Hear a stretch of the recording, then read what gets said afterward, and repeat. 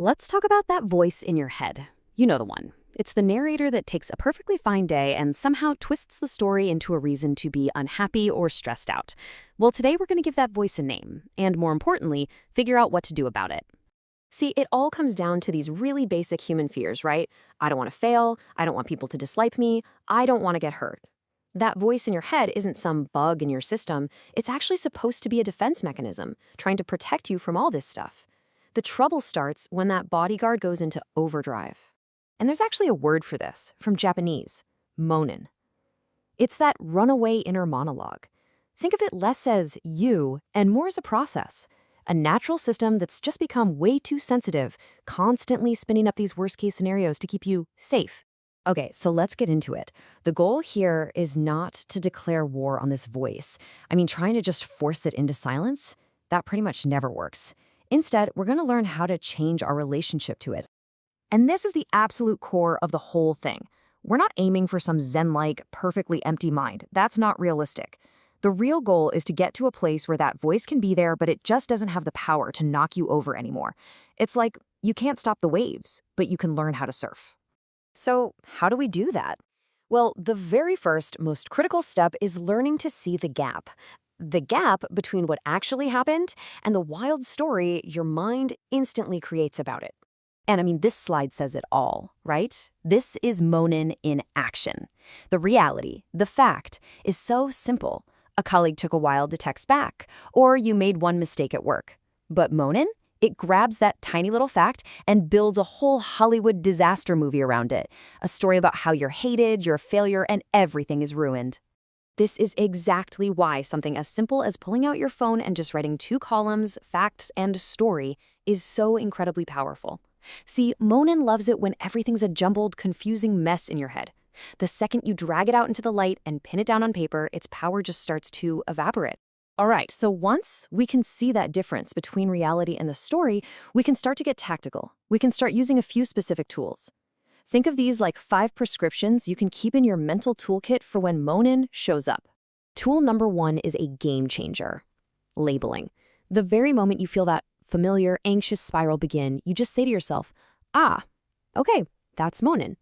Just by giving it a name, you separate it from yourself. It goes from being me to being an it that you can observe. You can even get more specific, right? Is this a worst-case prediction, or are you stuck in comparison hell? That little bit of distance is everything. Next up, tool number 2, the evidence check. This is where you put on your judge's robe. Mōnen always speaks in dramatic absolutes, you know. They definitely hate me. This is the end. Your job is to put that thought on the stand and cross-examine it. So you start with this question. Okay, what is the hard, factual evidence that this catastrophic thought is 100% true? And I mean facts, not just feelings. Then you flip the script. And what's the evidence against this thought? Are there any past experiences that show this kind of thinking was wrong before? Are there any small facts that contradict the story? And finally, you ask, what's another possible story here? Maybe your colleague was just in a meeting. Maybe they were driving. Suddenly you realize Mōnen's version isn't the truth, it's just one possible story, and probably not the most likely one. So what happens when Mōnen is just screaming so loud you can't even think straight? That's when you use tool number 3. This is your escape hatch. It's about yanking your attention out of the imaginary future and back into the physical world. Take 3 slow, deep breaths. Really focus on the exhale. For 10 seconds, just feel your feet on the floor. It sounds so simple, but it breaks the spell and grounds you back in reality, where Mōnen has less power. Okay, now let's talk about one of Mōnen's favorite activities, rumination. That's when you play this same negative thought over and over and over again. It feels productive, like you're trying to solve a problem, but you're not. You're just picking at a mental wound and making it worse. We need a rule to break that loop. And here is that rule. It's so clever. You give yourself a scheduled 10-minute worry time every day. That's it.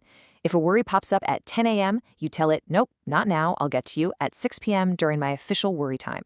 What's amazing is that just by postponing it, you rob it of its urgency and break that obsessive cycle. And our final tool is all about changing the tone of your inner voice. Mōnen is a harsh, brutal critic, so the treatment is gentle rephrasing. It's not about pretending a problem doesn't exist.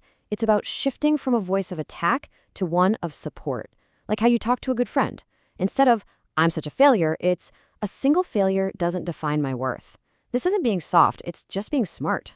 So there you have it, 5 really effective tools. But for any of them to actually work, they all have to be guided by one single, overarching mindset. This is the golden rule. And here it is. Don't fight.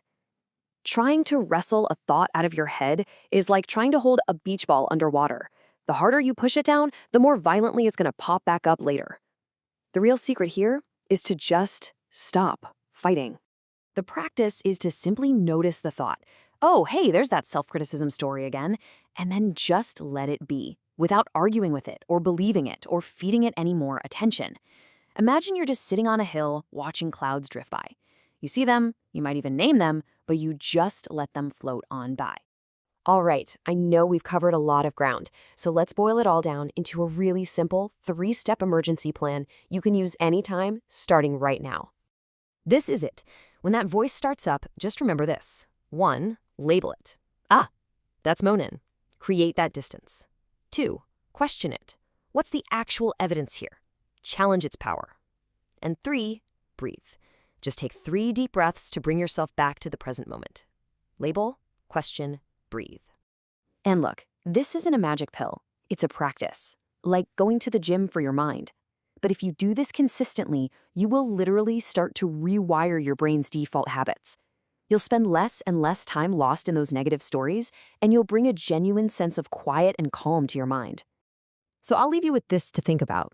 What's one story your mind has been telling you today or this week? And now that you know about Mōnen, is that story really the truth?